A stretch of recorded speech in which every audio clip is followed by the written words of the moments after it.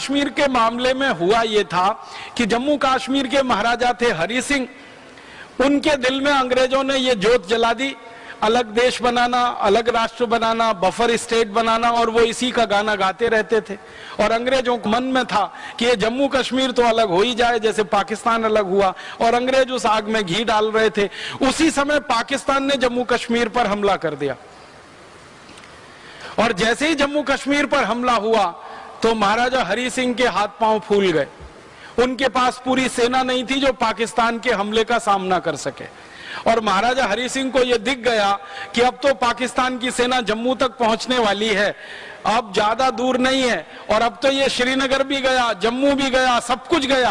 तो उनके दिल में था कि एक स्वतंत्र राष्ट्र बनेगा, अब तो लगा कि ये पाकिस्तानी राष्ट्र बन जाएगा। तो अंत में उन्होंने हथियार डाले और सरदार वल्लभ भाई पटेल के पास अपने प्रधानमंत्री को भेजा और कहा कि अब आप हमें बचाओ। तो सरदार वल्लभ भाई पटेल ने मुस्कुराते हुए कहा कि हम क्यों बचाएं आपको, क्यों बचाएं? जम्मू कश्मीर तो भारत का अंग है नहीं, और आप तो कहते हो कि हम स्वतंत्र देश बनाएंगे, तो अपना स्वतंत्र देश बना लो, हम आपको क्यों बचाएं? तो जो प्रधानमंत्री था महाराजा हरि सिंह का, बहुत होशियार, बहुत चतुर व्यक्ति था, उसने कहा कि इस समय बहस करने का समय नहीं है, बाद में हम तय कर लेंगे, लेकिन ये पाकिस्तानियों से तो हमें बचाना है अपने राज्य को। तो सरदार पटेल ने कहा कि मैं मेरी सेना भेज सकता हूं और पाकिस्तानियों को हमारी सेना गाजर मूली की तरह से काट देगी, लेकिन एक शर्त है।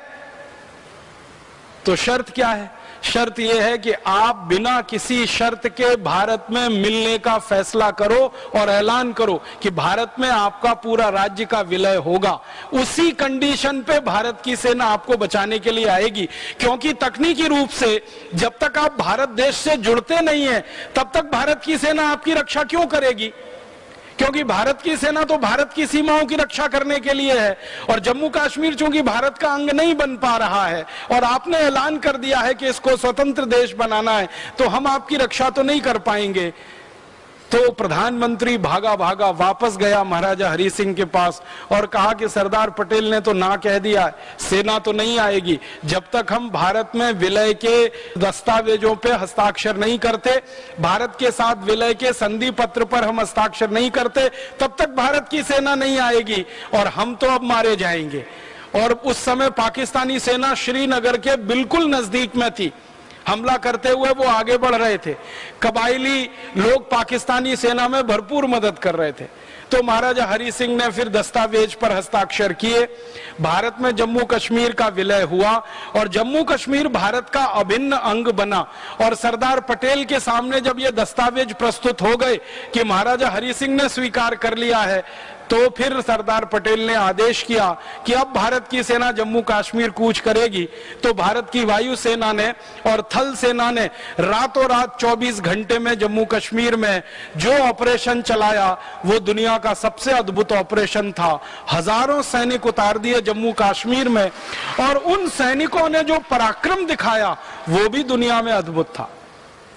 आप कल्पना कर सकते हैं, श्रीनगर तक पाकिस्तान की सेना पहुंच चुकी हो, आप सोचो कहां तक आ गई सेना, वहां तक पाकिस्तान की सेना पहुंच चुकी हो, तब भारत की सेना ने एंट्री की थी, प्रवेश किया था, और प्रवेश करते करते गाजर मूली की तरह से पाकिस्तानियों को काट दिया था। और पाकिस्तानी फिर उल्टे पैर भागे वहां से, और भागते भागते भारत की सेना ने जब उनका पीछा किया तो पाकिस्तानी सीमा तक भारत की सेना पहुंच गई, और पाकिस्तानी सीमा का एक बड़ा हिस्सा भारत की सेना के कब्जे में आ गया। और भारत की सेना के कब्जे में आ गया तब भारत के सैनिक इतने उत्साह से भरे हुए थे, इतने जोश से भरे हुए थे कि भारत के प्रधानमंत्री को वो बार बार कह रहे थे कि आप कुछ करना मत, बस थोड़ी मोहलत और दे दो, लाहौर और कराची अब हमारे हाथ में आने वाला है, ये ज्यादा दूर नहीं है। लेकिन उसी समय फिर हमसे एक भूल हो गई, और उस भूल की चर्चा मुझे करनी है। वो भूल क्या हो गई? भारत के प्रधानमंत्री ने भारत के गृह मंत्री को बिना पूछे अपनी तरफ से युद्ध विराम की घोषणा कर दी। युद्ध विराम का नियम है कि जब युद्ध विराम की घोषणा की जाती है तो कैबिनेट की मीटिंग बुलानी पड़ती है और उस मीटिंग में बात रखनी पड़ती है और पूरी कैबिनेट उस पर सही माने और मंत्रिमंडल का सबका हां हो जाए, तब प्रधानमंत्री उसकी घोषणा कर सकता है। लेकिन प्रधानमंत्री महोदय ने ना तो कैबिनेट की मीटिंग बुलाई, ना उनकी सहमति ली, उन्होंने अपने मन से घोषणा कर दी। और वो घोषणा भी उन्होंने ऐसे नहीं कि लोगों के सामने, रेडियो पे जाके कर दी। दिल्ली का ऑल इंडिया रेडियो स्टेशन है, वहां गए और जाकर घोषणा कर दी और अपनी तरफ से दुनिया भर को यह कह दिया कि हम संयुक्त राष्ट्र संघ की मध्यस्थता में इस जम्मू कश्मीर के मामले को हल करेंगे।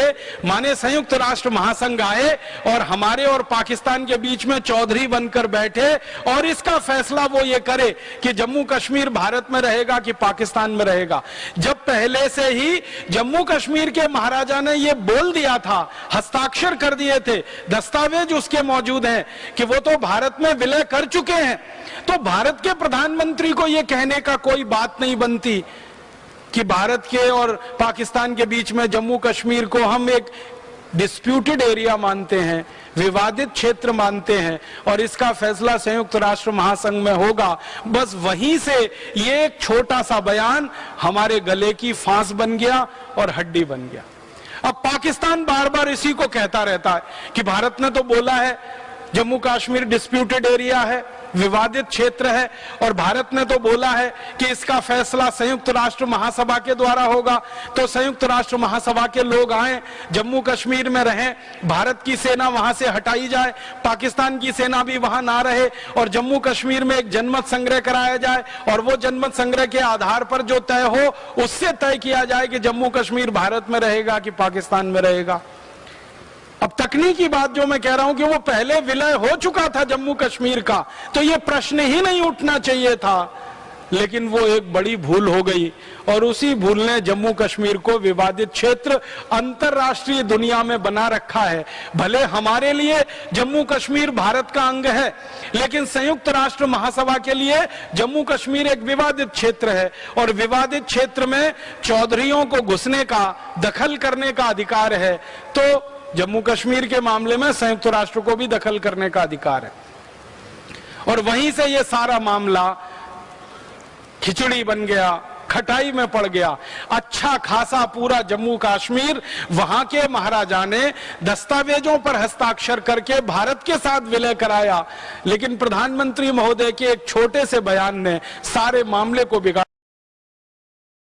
दोस्तों, सबसे पहले तो चैनल सब्सक्राइब करें, फिर लाइक, कमेंट और शेयर करें और हाँ, हमारा एंड्रॉयड ऐप डाउनलोड करना ना भूलें।